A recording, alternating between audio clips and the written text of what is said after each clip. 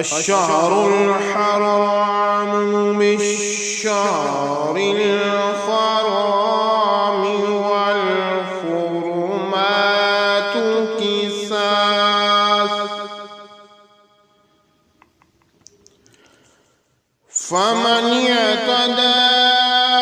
عليكم فاعتدوا عليه بمثل ما اعتدى عليكم واتقوا الله واعلموا أن الله مع المتقين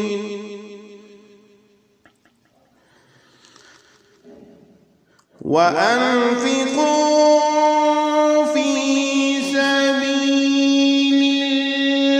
الله ولا تلقوا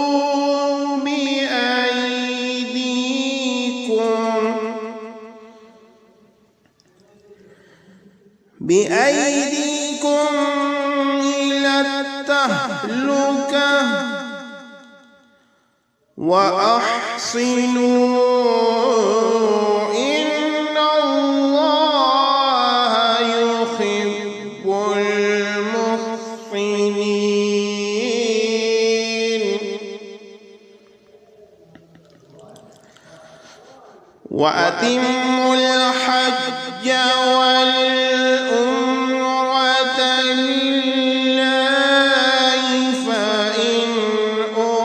أحصرتم فما استيسر من الهدي ولا تحلقوا رؤوسكم حتى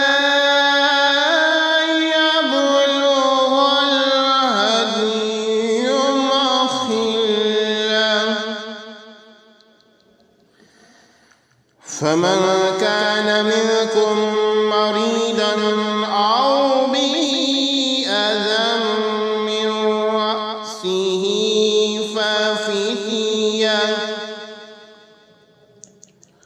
ففدية من صيام أو صدقة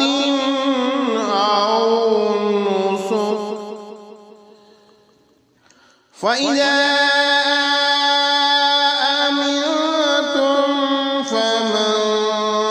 تمتع بالعمرة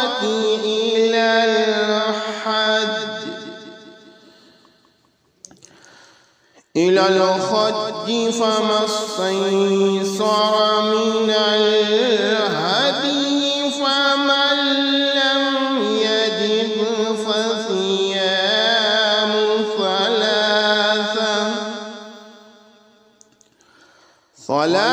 ثلاثة أيام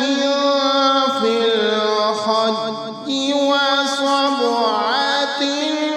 إذا رجعتم تلك عشرة كاملة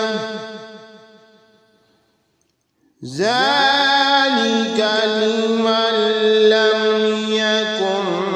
أهله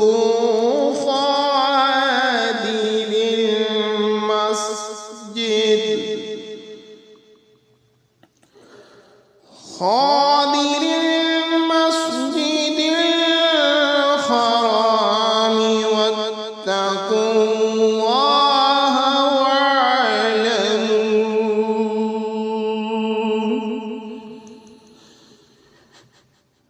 أن الله شديد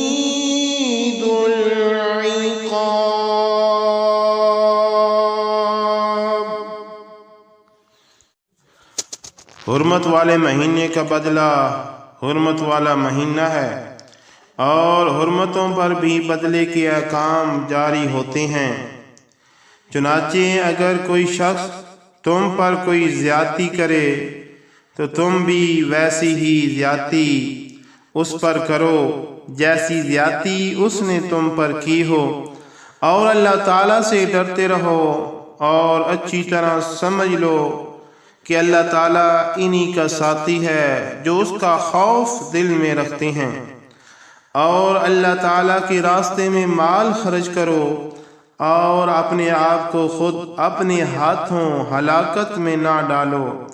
اور نیکی اختیار کرو، بے شک اللہ تعالیٰ نیکی کرنے والوں سے محبت کرتا ہے۔ اور حج اور عمرہ اللہ تعالیٰ کے لیے پورا پورا ادا کرو۔ ہاں اگر تمہیں روک دیا جائے تو جو قربانی میسر ہو اللہ تعالیٰ کے حضور پیش کر دو، اور اپنے سر اس وقت تک نہ منڈاؤ جب تک قربانی اپنی جگہ نہ پہنچ جائے۔ ہاں اگر تم میں سے کوئی شخص بیمار ہو یا اس کے سر میں کوئی تکلیف ہو تو روزوں یا صدقے یا قربانی کا فدیہ دے۔ پھر جب تم امن حاصل کر لو تو جو شخص حج کے ساتھ عمرے کا فائدہ بھی اٹھائے وہ جو قربانی میسر ہو اللہ تعالیٰ کے حضور پیش کرے۔ ہاں اگر کسی کے پاس اس کی طاقت نہ ہو تو وہ حج کے دنوں میں 3 روزے رکھے اور 7 روزے اس وقت جب تم گھروں کو لوٹ جاؤ، اس طرح یہ کل 10 روزے ہوں گے۔ یہ حکم ان لوگوں کے لیے ہے جن کے گھر والے مسجد حرام کے پاس نہ رہتے ہوں، اور اللہ تعالیٰ سے ڈرتے رہو اور جان رکھو کہ اللہ تعالیٰ کا عذاب بڑا سخت ہے۔